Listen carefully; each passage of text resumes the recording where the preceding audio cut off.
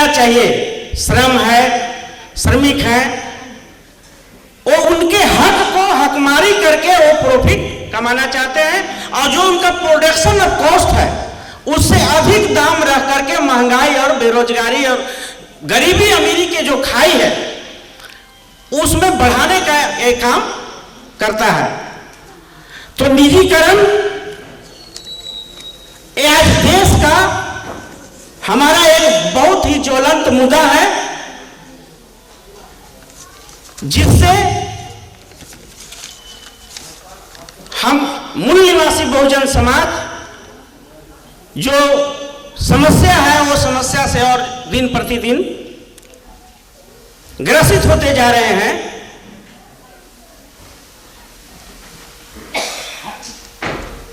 निजीकरण और सार्वजनिक क्षेत्र के उपक्रम जो है, भारत सरकार राज्य सरकार के जो उपक्रम हैं दोनों के उद्देश्य में तो उल्टा फर्क होता है। देश हमारा कल्याणकारी देश है, वेलफेयर स्टेट है, तो वेलफेयर स्टेट होने के कारण जो सार्वजनिक उद्योग है, सार्वजनिक उपक्रम है, पीएसयू है, उनका भी उद्देश्य कल्याणकारी होता है, और उसमें जो लोग काम करते हैं उनके सभी अधिकारों का संरक्षित रहते हुए कल्याण के दृष्टिकोण से एक काम होता है। और निजीकरण जो है, निजीकरण एक व्यक्ति का उसमें सिर्फ और सिर्फ लाभ और हानि पर करके लाभ के दृष्टिकोण से उसका संचालन होता है। और सार्वजनिक क्षेत्र,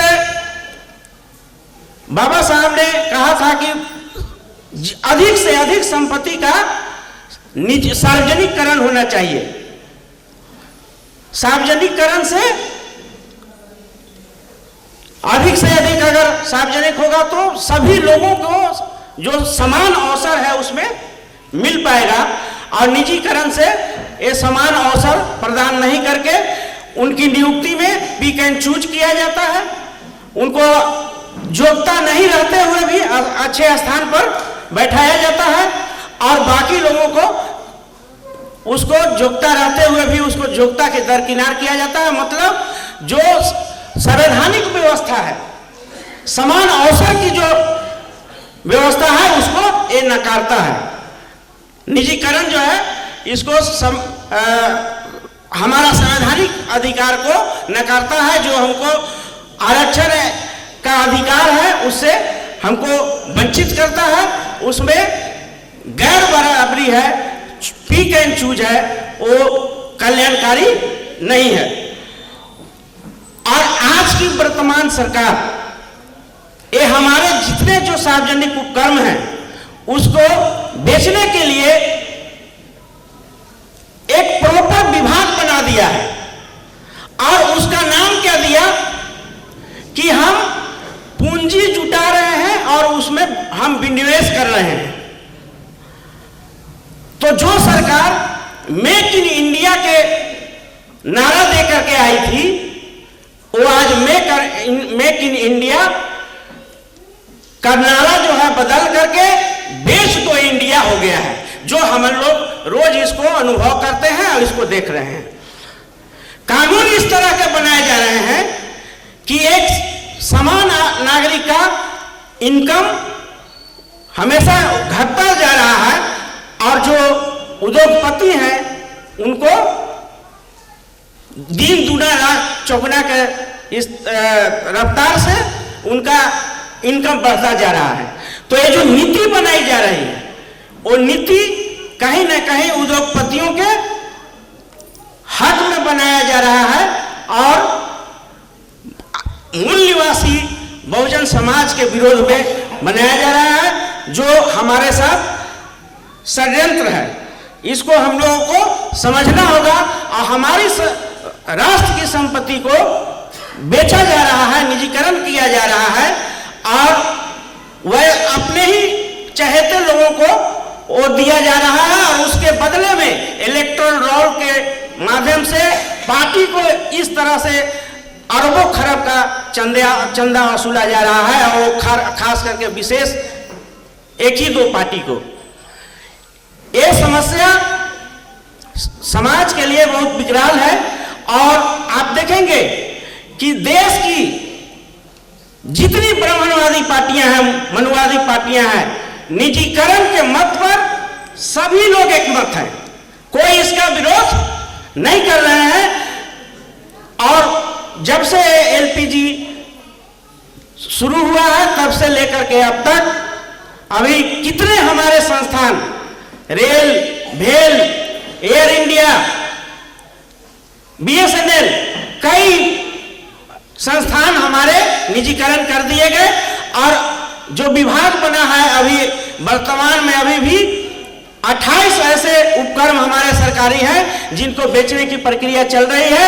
और जो नहीं बेच पा रहे हैं उसको निवेश के नाम पर अधिक से अधिक निजी लोगों का शेयर बेच करके उसका निजी लोगों का शेयर को बढ़ाया जा रहा है। तो ये षड्यंत्र हमारे शासनकर्ता सरकार है, वो मूल निवासी बहुजन समाज के विरोध में कदम उठा रही है, जिससे कि हम भारत के लोग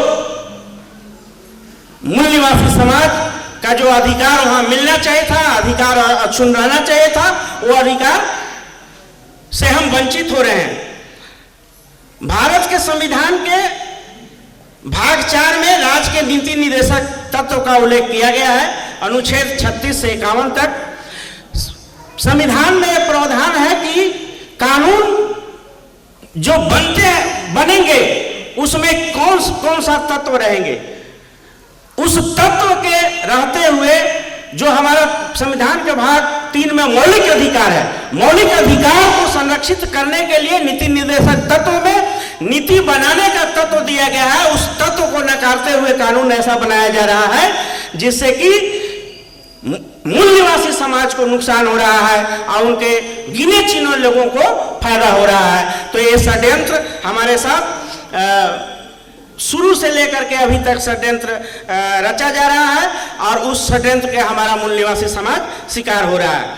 बाबा साहब ने कहा था कि राज्य में अपने नीति निर्देशक तत्व को अपनी नीतियों में लागू नहीं करती है तो आम चुनाव में राज्य को इसका परिणाम भुगतना होगा। कोई भी जनता ऐसी सरकार को सत्ता में नहीं रहने देगी जो सरकार नागरिकों के कल्याण के कार्य नहीं करती। लेकिन आज सरकार नागरिकों के कल्याण नहीं करने के बावजूद भी टिकी हुई है।